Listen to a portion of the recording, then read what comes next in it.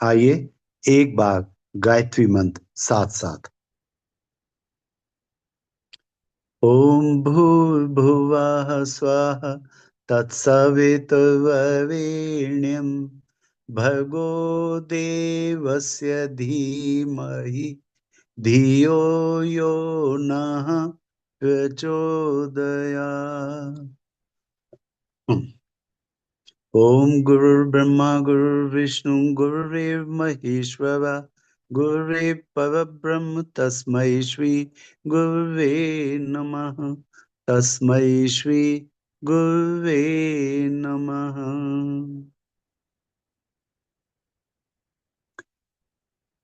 हम लोग पढ़ रहे हैं परम पूज्य गुरुदेव के द्वारा रचित साहित्य जीवन जीने की कला। आइए व्यक्तित्व परिष्कार के लिए पूज्य गुरुदेव क्या बताते हैं, ये हम लोग करते हैं। बहिर्मुखी दृष्टिकोण से हम प्रकृति के पदार्थ के अनेकानेक पक्षों को जान सकते हैं। स्कूलों में यह सब पढ़ाया और पुस्तकों में यह सब बताया भी जाता है। बहिर्मुखी दृष्टिकोण से अर्थात अपने से बाहर प्रकृति में क्या है, पदार्थ के बारे में हम जो जानना चाहते हैं वो सब स्कूलों में ये सब पढ़ाया जाता है, पुस्तकों में सब बताया भी जाता है। पर्यटन एवं संपर्क परामर्श से इस दिशा में अतिरिक्त जानकारी प्राप्त की जा सकती है। हम लोग पर्यटन करके जाते हैं एक जगह से दूसरी जगह, तो उन जगहों पे प्रकृति के विचित्र खेल देखते रहते हैं। कहीं पे हिमालय है, कहीं पे नदियां हैं। इन दिनों अखबार, रेडियो, टेलीविजन आदि के सहारे भी सांसारिक गतिविधियों, रीति रिवाजों, रीति नीतियों के संबंध में भी बहुत कुछ जाना जा सकता है। सोशल मीडिया के बारे में बताया गुरुदेव ने। किंतु मौलिक प्रश्न निजी व्यक्तित्व के परिष्कार का है। परम पूज्य गुरुदेव ने जो एक पुस्तक लिखी अपनी प्रथम, मैं क्या हूं, उसमें भी गुरुदेव ने यही लिखा कि जानने के लिए संसार में अनेक क्षेत्र हैं, अनेक प्रश्न हैं, और वो सब हमारे मन मस्तिष्क में आते भी रहते हैं कि कौन, क्या, कहाँ, कैसे, ये सब प्रश्न मनुष्य के मस्तिष्क में उठते रहते हैं। लेकिन सबसे बड़ा प्रश्न जो हमारे मन में होना चाहिए वो ये कि मैं क्या हूं। पूज्य गुरुदेव कह रहे हैं किंतु मौलिक प्रश्न निजी व्यक्तित्व के परिष्कार का है। इसके बिना किसी के लिए संभव नहीं कि प्रगति के पथ पर द्रुत गति से अग्रसर हो सके और किसी ऊंचे लक्ष्य तक पहुंच सके। अर्थात हम दुनिया की चाहे सारी जानकारी को जान लें, लेकिन जब तक अपने निजी व्यक्तित्व के परिष्कार को हम नहीं कर पाएंगे, तब तक हम कुछ भी नहीं कर सकते, प्रगति तो नहीं कर सकते। चिंतन, चरित्र और व्यवहार ही मनुष्य की चेतन संपदाएं हैं। इन्हीं के सहारे किसी के लिए सर्वतोन्मुखी प्रगति की दिशा में अग्रसर बने रहना संभव हो सकता है। चिंतन, चरित्र, व्यवहार, गुण, कर्म और स्वभाव, ये हमें हमेशा याद रखना चाहिए कि हमें इन्हीं को परिष्कृत करते चलना है। आत्मनिरीक्षण सटीक एवं सर्वाधिक प्रभावशाली। इस प्रयोजन के लिए अंतर्मुखी होने की प्रवृत्ति का पनपना आवश्यक है। बाहर से किसी व्यक्ति, पदार्थ या घटनाक्रम की समीक्षा हो सकती है, उसके गुण दोषों का निर्णय निर्धारण किया जा सकता है। इस संदर्भ में दूसरों की सलाह भी काम दे सकती है, पर अपने आप के संबंध में यह संभव नहीं है। कारण कि दूसरा किसी दूसरे की अंतरंग वस्तु स्थिति को समझ नहीं सकता।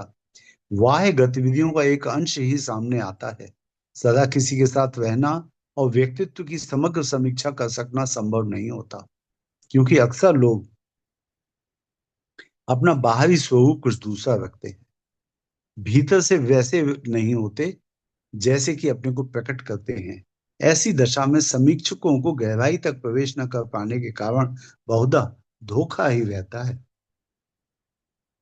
पूज्य गुरुदेव कह रहे हैं कि आत्म समीक्षा करना अपने लिए स्वयं संभव है, लेकिन अगर हम ये सोचें कि कोई अन्य व्यक्ति हमें बाहर से देख करके, हमारी समीक्षा करके हमें बता दे कि हमें क्या कमियां हैं, तो ये संभव नहीं है। क्योंकि कोई भी व्यक्ति इतना पवित्र नहीं होता कि जैसा अंदर है, जो अंतःकरण है, वही उसके बाहर दिखाई दे।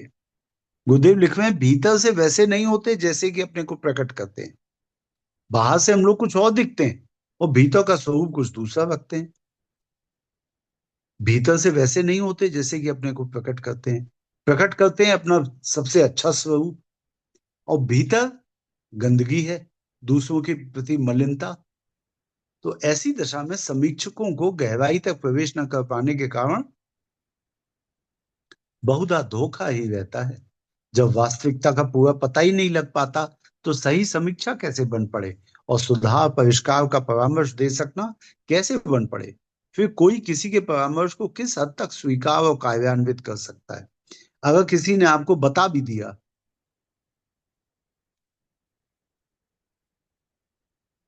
कि आपके अंदर ये कमियां हैं, तो कई बार हम इसे अपनी प्रतिष्ठा पे एक बहुत बड़े आक्षेप की तरह ले लेते हैं। जैसे कोई मुझसे कहे मुझे क्रोध बहुत आता है, तो मैं कहूंगा नहीं, मैं तो साहब बहुत सीधा व्यक्ति हूं, मैं तो दूसरों से बहुत मीठी बातें करता हूं, मेरा व्यवहार बहुत मृदुल है। लेकिन जब यही समीक्षा मैं स्वयं करूंगा अपने लिए, तब मैं देख पाऊंगा कि हाँ, मेरा व्यवहार अन्य लोगों के प्रति उतना अच्छा नहीं है, मैं कठोर व्यवहार करता हूं।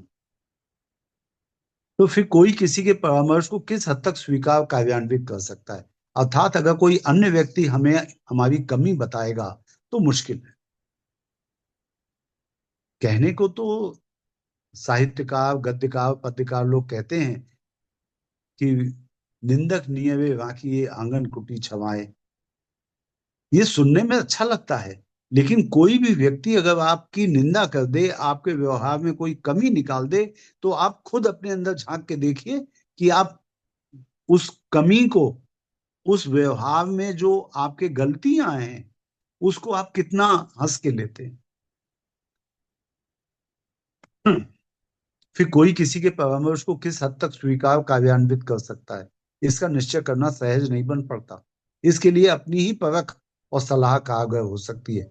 हाँ, अगर आपने अपने को परख लिया कि आपके व्यवहार में कमी है, आप गुस्सा करते हैं, आप क्रोध करते हैं, तो हो सकता है कि आप इसको ठीक करने की कोशिश करें। अपने संबंध में अपना निर्णय ही सटीक बैठ सकता है। स्वामी शिवानंद जी कहते हैं कि अंतर्निरीक्षण में मन ही स्वाध्याय का विषय होता है।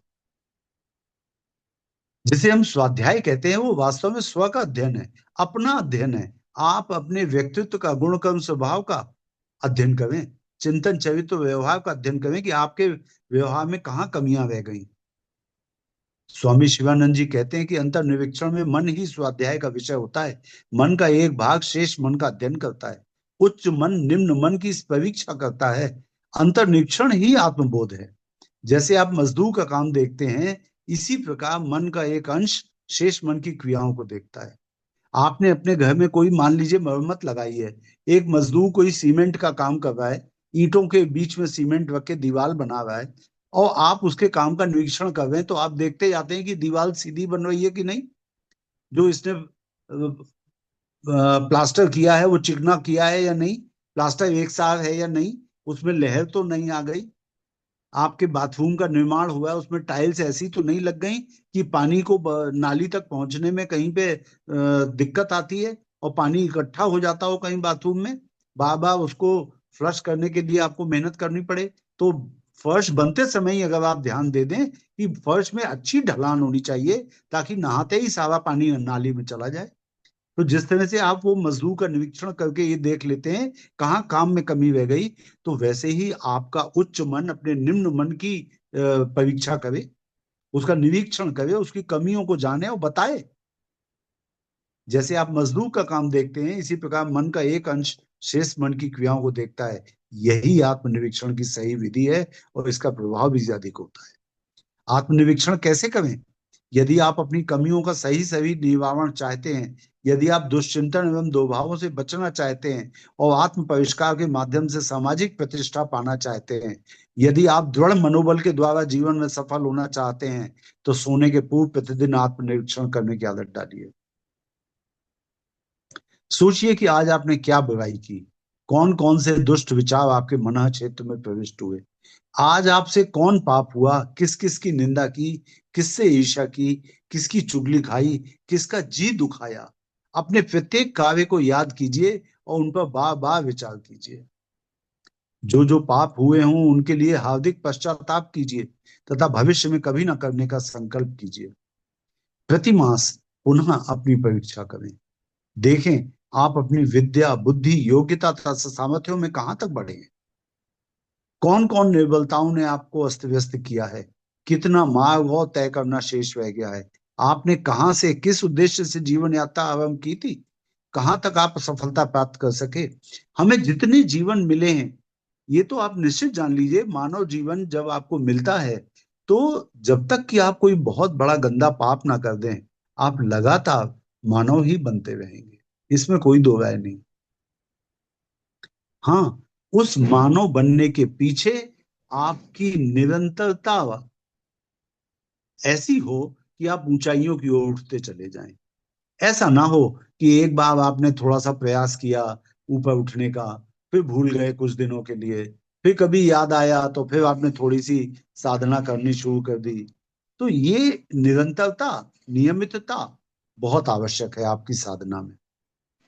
तो हम यहाँ आत्म परीक्षा के निमित्त कुछ प्रश्न प्रस्तुत कर रहे हैं। गुरुदेव कह रहे हैं कि आपको निरंतर ये सोचना चाहिए कि कौन कौन निर्बलताओं ने आपको अस्त व्यस्त किया है, कितना मार्ग और तय करना शेष रह गया है, आपने कहां से, किस उद्देश्य से जीवन यात्रा आरंभ की थी, कहां तक आप सफलता प्राप्त कर सके। हम यहाँ आत्म परीक्षा के निमित्त कुछ प्रश्न प्रस्तुत कर रहे हैं। इन सभी प्रश्नों पर मूल्यांकन करना चाहिए। इन प्रश्नों को पृथक एक नोटबुक में लिख लीजिए और प्रत्येक मास की पहली तारीख को सच्चाई के साथ नंबर देने चाहिए। इस प्रकार चलने से वर्ष के उपरांत देखिए कि उन्नति की दौड़ में आप कितने आगे बढ़ गए हैं। तो गुरुदेव जो प्रश्न दे रहे हैं हम लोगों को, उसमें पहला प्रश्न जो दे रहे हैं वो स्वास्थ्य से संबंधित है। तो स्वास्थ्य संबंधी प्रश्न समूह, और ये स्वास्थ्य से संबंधित प्रश्न क्यों? क्योंकि हमारा जो शरीर है ये ईश्वर के एक अंश, जिसे हम जीवात्मा कहते हैं, परमात्मा का एक अंश हमारे अंदर स्थित है जिसे हम जीवात्मा कहते हैं। तो ये आत्मा का घर है। हमें अपने शरीर की देखभाल करनी चाहिए। हम अपने शरीर की देखभाल बिल्कुल इस तरह से करें जैसे हम देव मंदिर की सफाई करते हैं। देव मंदिर में एक हमारे इष्ट का विग्रह होता है और हम उस देव मंदिर की सफाई कितने मन से करते हैं। गंदगी नहीं होनी चाहिए, नियमित रूप से धुलाई करेंगे, प्रतिमा को सजाएंगे, संवारेंगे, नए कपड़े पहनाएंगे, स्नान कराएंगे, प्रसाद लगाएंगे, भोग लगाएंगे, ये सब करते हैं। उसी तरह से हम अपने शरीर की देखभाल करें। क्यों? क्योंकि हृदय की रूपी मंदिर में हमारे जीवात्मा की जो मूर्ति स्थापित है वो परमात्मा का एक अंश है और साक्षात परमात्मा। और अगर आपने अपने इस जीवन में गुरु को अपनाया है तो आप ये मानकर के चलें कि आपके गुरु आपके हृदय में स्थित है। क्या मैं पूर्ण स्वस्थ हूं? पहला प्रश्न। क्या मुझे भूख खुलकर लगती है? क्या मुझे शौच कर्म ठीक ठीक होता है? क्या मैं नियमित रूप से ब्रह्म मुहूर्त में शैया त्याग करता हूँ? क्या मेरे शरीर में स्फूर्ति रहती है? दिन भर में मेरा कितना व्यायाम हो जाता है?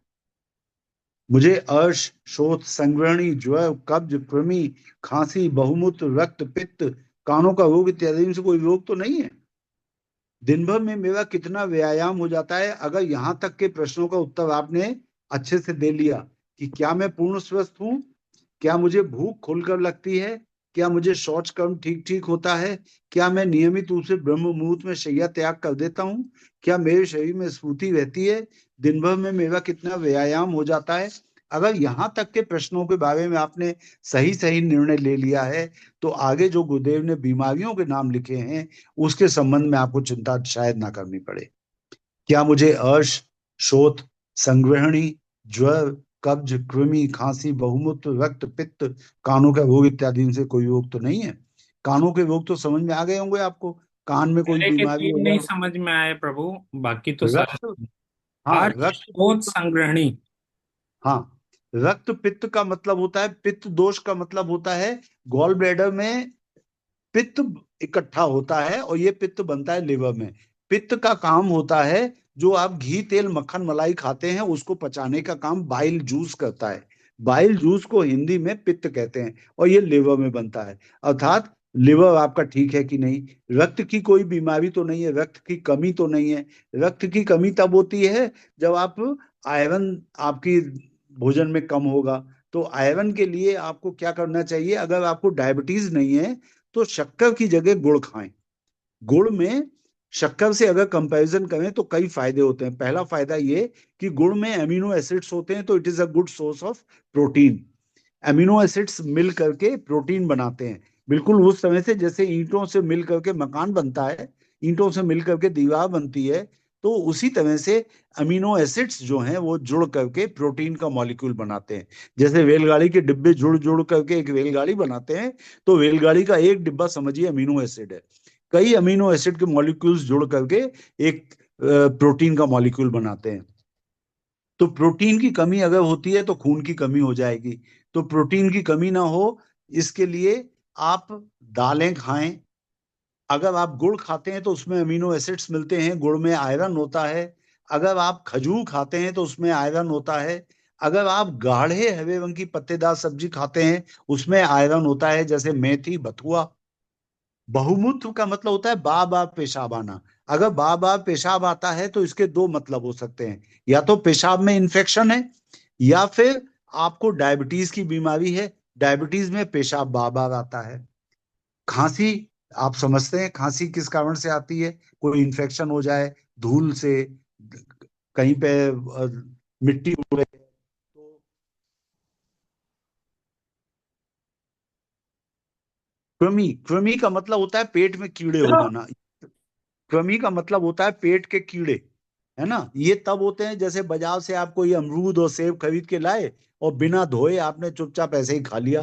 क्या पता आप जिस समय अमरूद खरीद रहे थे उसके थोड़ी देर पहले ही वो अमरूद गिर पड़ा हो नीचे, धूल मिट्टी में, गोबर में, गंदगी में। जूते से चल रहे हैं लोग जिस जमीन पे, उसी जमीन पे अमरूद गिर पड़ा, वो उठा के उसने ठेलिया पे रख दिया, आपने खरीदा और तुरंत खाने लगे। ना आपने अपने हाथ धोए साबुन से, ना आपने अमरूद को धोया। अगर हो सके खराब ना लगे आपको, तो जो चीजें आग पे चढ़ा करके नहीं खाई जाती हैं, तो उनको आप पानी से धो करके या साबुन से धो करके साफ करके खाएं। ठीक है।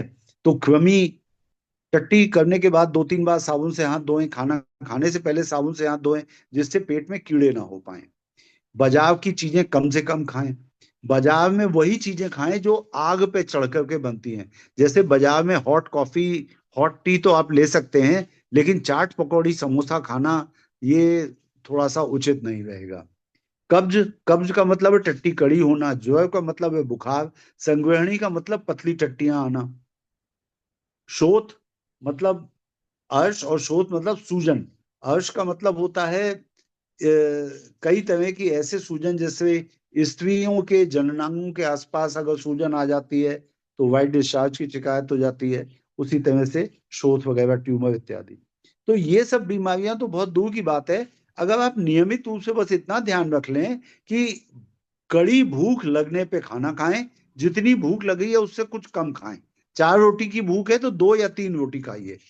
ठीक है। शौच ठीक ठीक कब होगा? तब होगा जब आप पानी खूब सारा पिएंगे, आप सलाद खूब सारा खाएंगे, फल खूब खाएंगे, हरी पत्तेदार सब्जी खूब खाएंगे, या हरी सब्जी खाएंगे। केवल आलू आलू खाना या केवल रोटी रोटी खाना, चावल बहुत खाना, ये सब उचित नहीं होगा। अर्श माने पाइल्स, मधुबाला की इंग्लिश दी के अर्श माने पाइल्स। जो नियमित रूप से ब्रह्म मुहूर्त में शैया त्याग करेंगे आप, तो इससे कई फायदे होते हैं। देखिए, ब्रह्म मुहूर्त में शैया त्याग करने के लिए आपको जल्दी सोना पड़ेगा, और जल्दी सोने में 10 बजे सो जाना सबसे अच्छा होता है। क्योंकि अभी रिसेंटली भी एक न्यूरो साइंटिस्ट हैं, डॉक्टर श्वेता अडेटिया, उनका भी एक रिसर्च वर्क है इस पे कि हमारे शरीर में रात को 10 बजे से लेकर के 2 बजे तक, ये एक ऐसा इंपॉर्टेंट समय है कि उस समय हमें सोना चाहिए। अगर हम उस समय सोते नहीं हैं तो हमारे शरीर में विष को बाहर निकालने की जो प्रक्रिया है उसमें बाधा उत्पन्न हो जाती है। तो डॉक्टर श्वेता अडेटिया कहती हैं कि हमें नियमित रूप से ब्रह्म मुहूर्त में जगना चाहिए, और ब्रह्म मुहूर्त में जगने का मतलब आपको 10 बजे तक सो जाना चाहिए। तो ये सब बातें एक दूसरे से रिलेटेड अब हैं। सर और क्या क्या ये टीनेजर्स के लिए ये टाइम साइकिल कुछ चेंज है? किसके लिए? टीनेजर्स यानी कि जो एकदम यंग होते हैं, 12 15 18 साल के। नहीं नहीं नहीं, ये 10 बजे से 2 बजे तक का समय तो शरीर से टॉक्सिन्स निकालने का होता है। इस समय अगर आप सोते हैं तो अति उत्तम होगा, और तभी 10 बजे सो जाएंगे तभी तो सुबह ब्रह्म मुहूर्त में उठेंगे। जी, और ये जो मतलब ये वाला साइंस है सूर्योदय सूर्यास्त का, मेलाटोनिन हाँ रिलीज होने का, जो आपने बताया था कि पीनल ग्लैंड के माध्यम से होता है, आंखों से जो देखते हैं, पिनियल, तो हाँ इसके पिनियल लिए ग्लैंड से। ये भी सबके लिए ही सेम होगा ना? मतलब ऐसा तो नहीं है सबके कि लिए बच्चों के लिए बिल्कुल अलग होगा? बिल्कुल। हाँ, पहले सूर्योदय सूर्यास्त वाली बात होती थी गांव में। देखिए, आज भी जहाँ पुराने टाइप के घर हैं जहाँ बिजली बहुत नहीं इस्तेमाल होती है गांव में, तो वहां पे क्या होता है, सूर्योदय पे लोग उठ जाते हैं, सूर्यास्त के आसपास भोजन किया और अपना चुपचाप वो अपने सोने की तैयारी शुरू कर देते हैं। जब आप लगातार अपना मोबाइल फोन देखते रहेंगे तो मोबाइल फोन की लाइट आपकी आंखों में पड़ करके और पिनियल ग्लैंड को प्रभावित करेगी, और पिनियल ग्लैंड से मेलाटोनिन का सिक्रीशन नहीं होगा, और सोने के लिए आप कोई भी स्टिमुलेशन प्राप्त नहीं कर पाएंगे। तो जब तक फोन देखते रहेंगे तब तक जगते रहेंगे। जब फोन की लाइट बंद होगी तब जाकर के कहीं पिनियल ग्लैंड को मेलाटोनिन बनाने का टाइम मिलेगा। जी। तो आप जब देर तक जगते हैं, मोबाइल देखते हैं अपना, तो आप अपनी सर्कैडियन रिदम को खराब करते हैं। और साथ में सबसे अच्छी बात जो हो सकती थी आपके साथ ब्रह्म मुहूर्त में उठने की, वो हो नहीं पाएगा। जब आप 1 बजे सोएंगे 2 बजे सोएंगे तो आप कहाँ से उठ जाएंगे ब्रह्म मुहूर्त में? कोई नहीं उठ पाएगा। और ब्रह्म मुहूर्त में उठने से फायदा ये होगा कि आप जो भी प्रार्थना करेंगे वो प्रार्थना ब्रह्म तक बहुत तेजी से जाती है। बहुत मामूली सी बात बता रहा हूं आपको। आप अगर दिल्ली में रहते हैं और गुड़गांव जाते हैं नौकरी करने, अगर आप सुबह 4 बजे 5 बजे अपने घर से निकल जाएंगे तो कितनी जल्दी पहुंच जाएंगे गुड़गांव।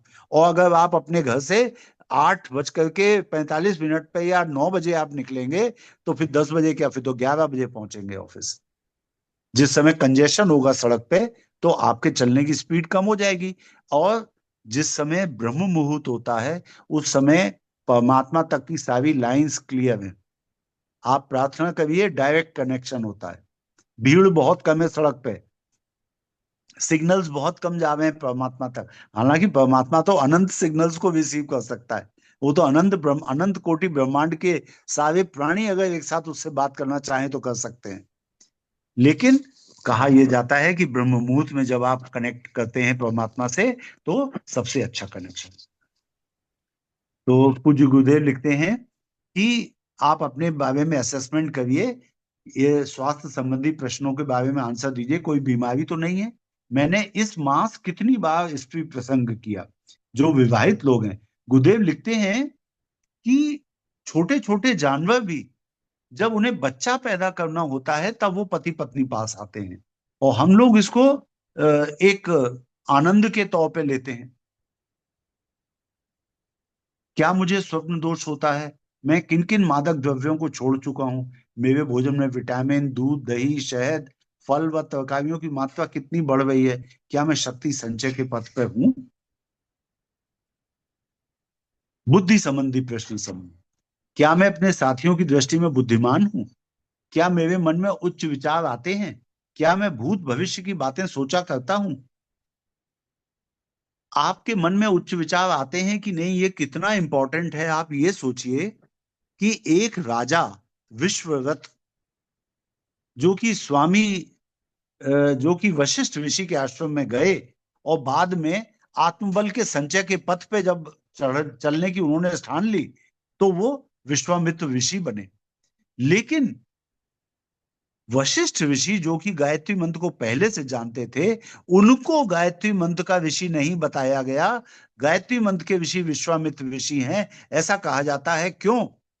क्योंकि विश्वामित्र ऋषि विश्व के मित्र बने। उन्होंने गायत्री मंत्र को जन जन तक पहुंचाया। उन्होंने जाति का विचार नहीं किया, ऊंच नीच का विचार नहीं किया, अमीर गरीब का भेद नहीं किया, राजा और चपरासी का भेद नहीं किया। उन्होंने समस्त जनता के लिए गायत्री मंत्र को अवेलेबल करवाया। इसलिए वो विश्व के मित्र विश्वामित्र कहलाए और गायत्री के ऋषि बने ऋषि विश्वामित्र, जबकि ऋषि वशिष्ठ पहले से गायत्री मंत्र को जपते थे। किंतु उन्होंने वो अपनी वही पद्धति अपनाई कि गुरुकुल में जो शिष्य आएंगे केवल उनको हम गायत्री मंत्र देंगे। तो आपके मन में उच्च विचार आने चाहिए और सबके भले की भावना आपके मन में आनी चाहिए। जब तक आप सबके भले के विषय में नहीं सोचेंगे तब तक आप महानता के पथ पे आरूढ़ नहीं हो सकते। तो क्या मैं अपने साथियों की दृष्टि में बुद्धिमान हूं? क्या मेरे मन में उच्च विचार आते हैं? क्या मैं भूत भविष्य की बातें सोचा करता हूं? क्या मैं बुरे विचारों को रोकने में समर्थ हूं? क्या मैं दृढ़ निश्चय करता हूं? क्या मुझे प्रलोभन विचलित कर देते हैं? क्या मैं सदा न्याय का पक्ष लेता हूं? क्या मैं अपनी उत्तम प्रेरणाओं को जीवन में प्रकट कर रहा हूं? क्या मैं अपनी बुद्धि की वृद्धि कर रहा हूं? इस मास मैंने कितना ठोस साहित्य पढ़ा, तर नित्य प्रति के जीवन में कितना प्रयोग किया? कितना साहित्य पढ़ा और उसमें से कितने परसेंट आपने अपने जीवन में उतारा, ये भी बहुत इंपॉर्टेंट है। आध्यात्मिक उन्नति संबंधी प्रश्न समूह।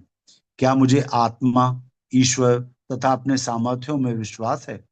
क्या मैं अशांत, विक्षुब्ध तथा चंचल रहता हूँ? क्या मैं अपना अधिकांश समय श्रृंगार, प्रमोद, प्रमाद, क्रीड़ा में ही व्यर्थ बर्बाद कर देता हूँ? क्या मैं इंद्रियों पे पूर्ण अधिकार रखता हूँ? मेरा मन किन किन भावनाओं से भरा रहता है? मैं कितना समय जप, योग, नियम, प्रार्थना, संध्या पूजन में व्यतीत करता हूँ? क्या मैं अनासक्त होकर संसार के समस्त कार्य करता हूँ? क्या मेरे अंतःकरण में सद्बुद्धि का राज्य है? मैं अपनी आत्मा में कितनी देर लीन हो सकता हूँ? क्या संसार की हलचलें मेरी मन शांति को भंग कर देती हैं? मैं अब कितनी देर चित्त संयम कर लेता हूँ? ये सारे प्रश्न जो हैं ये आपकी आध्यात्मिक उन्नति से संबंधित हैं। और आध्यात्मिक उन्नति से संबंधित प्रश्नों में सबसे पहली बात तो ये कि क्या मुझे आत्मा, ईश्वर तथा अपनी सामर्थ्यों में विश्वास है? क्योंकि ईश्वर विश्वास ही आत्मविश्वास है। आप इस बात पर बहुत शांत मन से चिंतन करिएगा कि जब तुलसीदास जी को रामचरितमानस लिखनी थी तो चूंकि ये काव्य की रचना करनी थी तो सबसे पहले उन्होंने गणेश जी की वंदना करी। कोई भी काव्य प्रारंभ करने के पहले गणेश जी का ध्यान करना चाहिए, वो उन्होंने किया। वंदो वाणी विनायक, वंदो वाणी विनायको। वाणी अर्थात माँ सरस्वती और विनायक अर्थात गणेश जी की पूजा मैं करता हूँ। गणेश जी की पूजा इसलिए क्योंकि एक काव्य का प्रारंभ करने जा रहा हूँ, और वाणी अर्थात माँ सरस्वती क्योंकि पद्य की रचना करने जा रहा हूं। उसके बाद वो बहुत शांत होकर के बैठ गए कि अब किसकी प्रार्थना की जाए। काम का प्रारंभ करना था, गणेश जी की पूजा हो गई। पद्य की रचना करनी है अर्थात काव्य की रचना करनी है तो सरस्वती की पूजा हो गई। अब किसकी पूजा करें? दूसरा जो उनको श्लोक लिखना था उसके विषय में उन्होंने बहुत सोच विचार किया। तत्पश्चात उनको अंतःकरण से प्रेरणा हुई जिसमें उन्होंने ये समझा, वंदो भवानी शंकरो श्रद्धा विश्वास रूपिणो, याभ्याम विना न पश्यन्ति सिद्ध स्वांत स्थिमीश्वरम। वंदो भवानी शंकरो, मैं माँ भवानी और भगवान शिव की अभ्यर्थना करता हूँ, वंदना करता हूँ। वंदो भवानी शंकरो श्रद्धा विश्वास रूपिणो, वो है क्या? माँ भवानी श्रद्धा है और भगवान शिव विश्वास है। श्रद्धा और विश्वास के स्वरूप मां भवानी और शंकर की पूजा करता हूं, जिनकी कृपा के बिना सिद्ध लोग भी अपने अंतःकरण में स्थित ईश्वर को नहीं देख पाते। तो विश्वास को आप बहुत छोटी चीज मत समझिएगा। आपका ईश्वर विश्वास आत्मविश्वास का ही एक रूप है। अगर आप ईश्वर में विश्वास करते हैं तो आप आत्मविश्वासी हैं। आइए, आज के लिए इतना ही। डॉक्टर शेष अगले। साहब, पैराग्राफ में एक शब्द था, क्या मैं हाँ, अशांत, विक्षुब्ध, तो ये विक्षुब्ध क्या हुआ? अशांत मतलब जिसमें शांति ना हो, और विक्षुब्ध का मतलब होता है दुखी, परेशान, शोकाकुल। ठीक, धन्यवाद। जो विक्षुब्ध का ऑपोजिट होगा वो शांत और स्थिर। यहाँ पे हो गया अशांत अस्थिर, ऐसी हाँ, अवस्था। अस्थिर, विक्षुब्ध, मतलब जैसे कोई से आपकी लड़ाई हो जाए।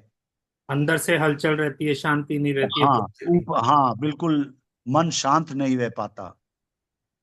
एक रामकृष्ण मिशन के स्वामी जी हैं, स्वामी सर प्रियानंद जी। वो कहते हैं कि ध्यान करते समय शरीर स्थिर रहना बहुत आवश्यक है। आप ऐसा मान करके चलें कि आपका मन एक ऐसा पानी से भरा हुआ कटोरा है, जो बिल्कुल ब्रिम तक, ब्रिम कहते हैं उसकी कटोरी की ऊपरी सतह को, बिल्कुल ऊपर तक लबालब भरा हुआ पानी का कटोरा है आपका मन। और जरा सा भी आप हिले तो आपका मन हिलेगा, उसमें लहरें उठेंगी और आप लग जाए। विक्षुब्ध हो जाएंगे। और आपका मन फिर आपको जैसे आपके मन में आप ध्यान करने बैठे, एक छोटा सा विचार आ जाए, अरे ये आवाज किस चीज की आई, लगता है कोई खाना बना रहा है बगल वाले घर में, है ना। फिर जाने क्या क्या, जैसे किसी कार की हॉर्न की आवाज आई, अरे ये किसकी कार है, कौन आया होगा, लगता है कोई आया है बगल में कहीं पे। फिर उसी पे आप दौड़ चलेंगे, पता लगा मन आपका भाग गया कहीं और, पकड़ ही में नहीं आएगा। तो स्वामी स्वपियानंद जी कहते हैं कि विक्षुब्ध मन के साथ आप हिलते डुलते रह करके आप ध्यान नहीं कर सकते।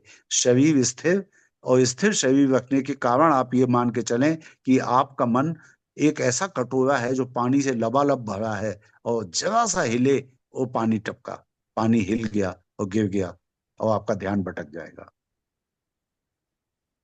आज के लिए इतना ही, शेष आगे हम लोग पढ़ेंगे। सभी को प्रणाम। ओम शांति, शांति, शांति।